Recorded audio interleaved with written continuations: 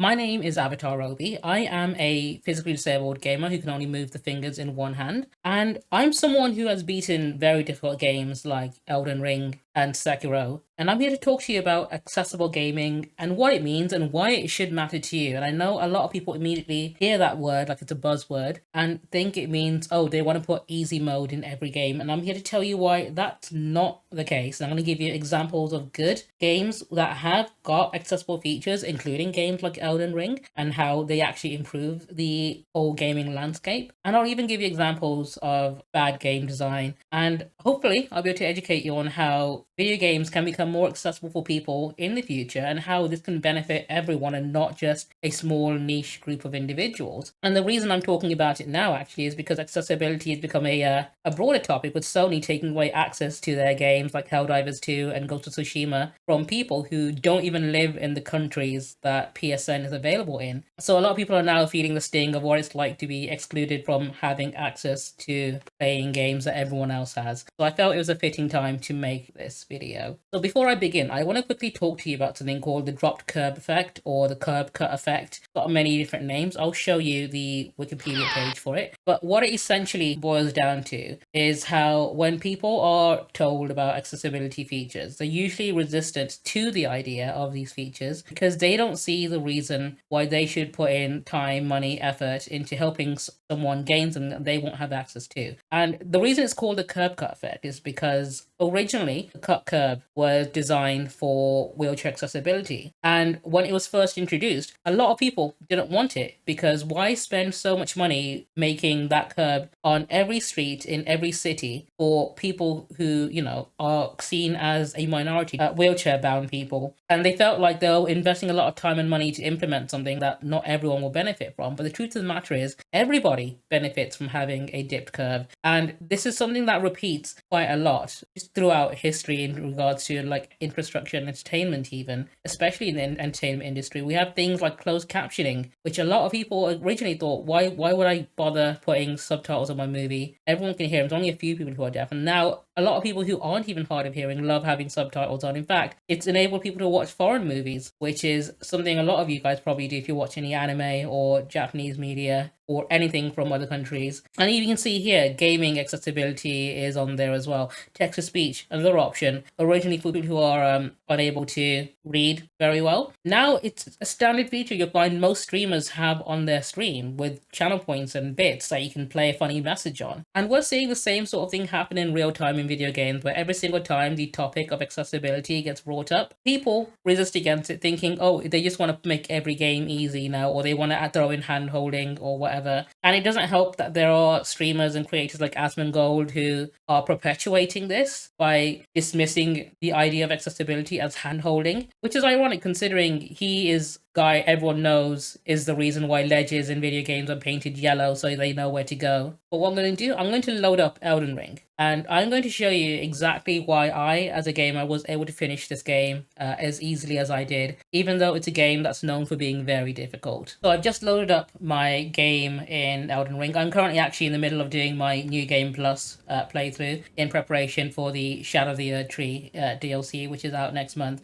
I do stream on this YouTube channel as well. I will be playing through Shadow of the Erdtree when it does drop. If you do want to see me play through the entirety of the DLC as a one-handed gamer, please do subscribe to my channel so you can be notified when I go live, and feel free to pop in and say hi. But yeah, how did I manage to beat this entire game with only one hand apparently?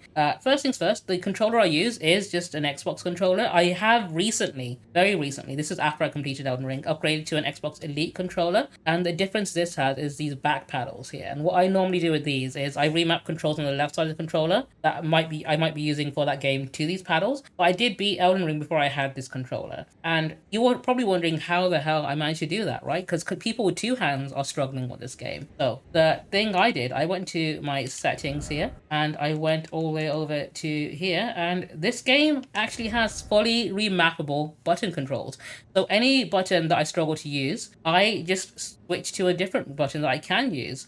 For example, I don't have sprint on the left analog stick because I can't click that in with my thumb. So I decided to put that on a different button so I can easily maneuver around during combat more. And crouching, standing up, I can just do that with my right hand when I'm not in combat. So I won't be ever using that skill in combat. And it's something as basic as that allowed me to finish a game that everyone else has been struggling with. And anyone who's ever played a console port on PC knows how important it is to have remappable controls that you can rebind and edit to your liking. And that's one of the accessibility features in video games that helps a lot of people with physical disabilities like myself actually able to play games as well as I do. And it's something as basic as that made Elden Ring playable for me. But of course, that's not all there is to it, because disabilities aren't just physical impairments as well. They are quite varied. And the other thing Elden Ring does, not for me specifically, but I know other people benefited from this, is the minimalist UI here. There's like literally just a compass up there, and information like my health bar or my stamina or whatever only shows up whenever I use it.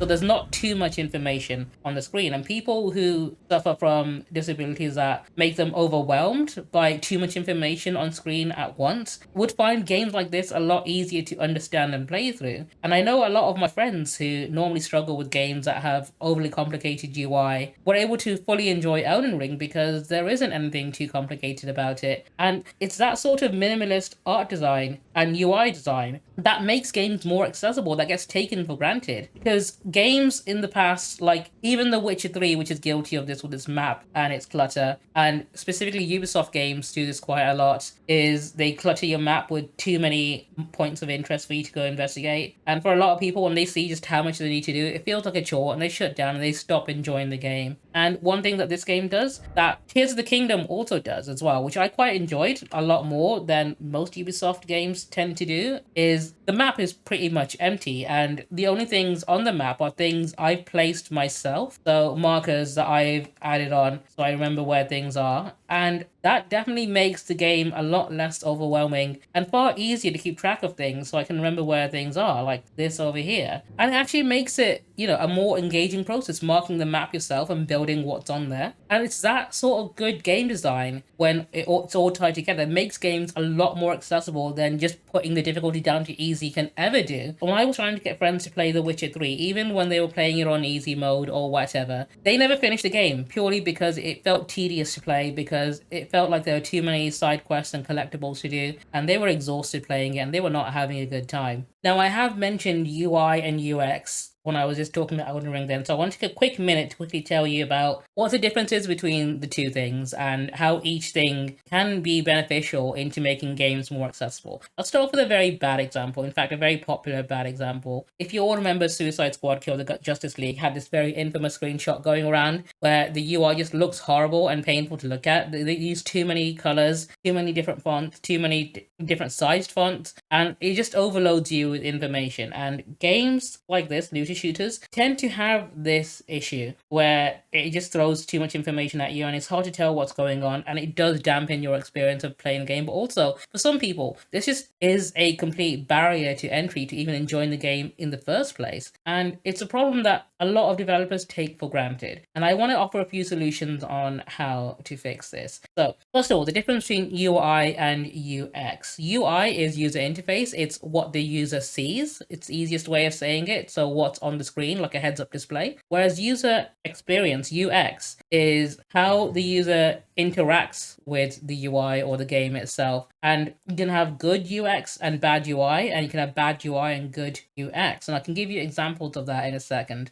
UX essentially is how easy it is to navigate the UI or just the game itself. So I'll start off with my very first example. This is the menu for Super Smash Bros. And I'm using this one as an example of good UI, bad UX. And I'll tell you what I mean by that. So UI, let's say I opened a game of Smash and I want to play with a few of my friends. How would I do that? Easy. You hit that big red button that says Smash right there. It takes one button press and you're instantly into a match with your friends. All you have to do is pick up a controller, pick your character, whatever. You're good to go. That's amazing UI design because it's big in your face right there, easy to navigate, and also an example of good UX there. But after that, it falls apart. Let's say I'm someone who likes to alter my controls a little bit and I like to use the C stick for tilt instead of smash, right? How would I go about changing that? Or let's say I want to play single player mode. Where would I go for that, right? Is it Smash Tour? Is it Games and More? Where would I go to change the settings? It's not very clear. And the worst part is it takes multiple clicks to go through multiple different menus to get to where you need to go. If I wanted to change my controller settings at all, I'd have to click through like 3 different menus to get to where I need to go. Instead of just having an options button at the very start, I could just pick it on straight away because the options menu is hidden behind Games and More, which is over here. So this is an example of bad UX. I can give you an example of the opposite as well. And it's a problem that you'll see a lot in MMO games, actually. So MMOs have a similar issue with the UI, but they have got a unique solution to it. And I'll explain that. So this is a screenshot from Final Fantasy XIV. It looks confusing if you've never played it before. MMOs have to throw a lot of information at you at once, and it's hard to keep track of things like cooldowns and timers. And the way they mitigate this is by letting you fully customize your entire UI. So you can hide elements that you don't want or don't need. And so you can very easily just customize it to your experience and to your class, whichever class you're playing. For example, in Final Fantasy XIV, if you're playing a Dark Knight, which is a tank class, you aren't really going to need the limit break meter on your screen because the DPS is usually the one that's going to use it. So you don't need that on your screen. So if you want, you can get rid of that completely and customize it to what you find useful. So this is sort of the opposite example of Super Smash Bros. Where the UI is bad, but the UX is good in the sense that you can adjust and edit it in a way that's comfortable to you, to the point where you can have a lot of information on screen, but if you know how to access your skills at the right time, it's fine for you. Now, more games really do need to give you the option to customize your UI like this, and it's not just the button remapping that we need for accessibility, because there are too many games where I've personally stopped playing purely because the UI just gets in the way all the time, and I just didn't want to finish it when I had so many other better games I could be playing. And I'm sure people who are watching this right now who don't have any disabilities would absolutely agree that they would benefit from having the ability to customize their UI in every game they play, because a lot of people would just prefer to have a very minimalist UI so they can actually focus on the game. But there is one game that takes it a step further, and I want to talk about that real quick because it's a very creative solution. I think more games should be copying, but for some reason they chose not to copy this. So let me quickly load up another game. Okay, so right now I am currently playing Ghost of Tsushima, and a lot of people would recognize this game immediately as a very creative game that has very minimal UI. In fact, it integrates the UI diegetically. So this is a film term that I'm going to quickly explain to you. So you got, in regards to sound, for example, which is the easiest way to explain it, you have diegetic and non-diegetic sound. So if you, let's say, have a scene in a movie, let's say Spider-Man 3, where Peter Parker is dancing down the street, and you hear James Brown's music playing, that song, Funky Soul, is non-diegetic music, because that's not actually playing in the scene. It's just a song that's playing over the scene. Whereas if a character puts on music on a jukebox or a speaker or an MP3 player and they're listening to the music in the scene and the music physically exists within the story, that's called diegetic music. So in Ghost of Tsushima, the UI isn't a floating quest marker or compass that only the player sees. In Ghost of Tsushima, the quest markers and such are actually in-game as foxes and birds. So they exist diegetically and they lead you to points of interest that you'll discover as you go along. In fact, the wind in the game directs you towards where your next quest is, whichever quest you set. And accessibility doesn't have to be just simply adding in more options or settings and such. It can be implemented creatively in the game's story and just in the art direction as well. And I want more games in the future to take this sort of approach. In Ghost of Tsushima, when you find a point of interest, either a bird or a fox like this will just lead you to where you need to go. And this is such a creative way of implementing the UI in a game diegetically. And in fact, making it part of gameplay. Sometimes it involves a climbing puzzle like this, and it leads you to a shrine where you get a reward or discover a new collectible. Like, it's so much more interesting, and narratively it also weaves it in as well, that these birds and foxes know the secrets of the island and are trying to guide you.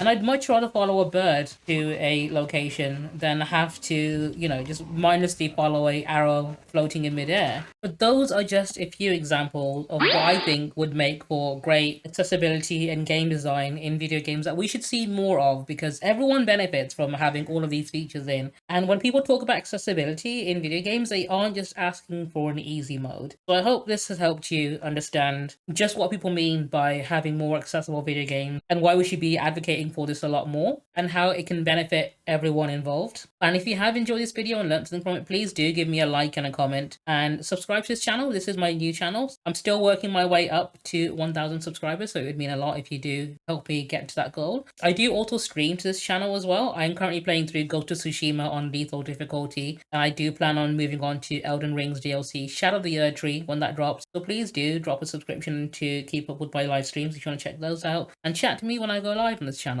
Finally, check out some of my other videos. I've done quite a few videos about video games, anime, movies on this channel. And on that note, I will see you in the next one.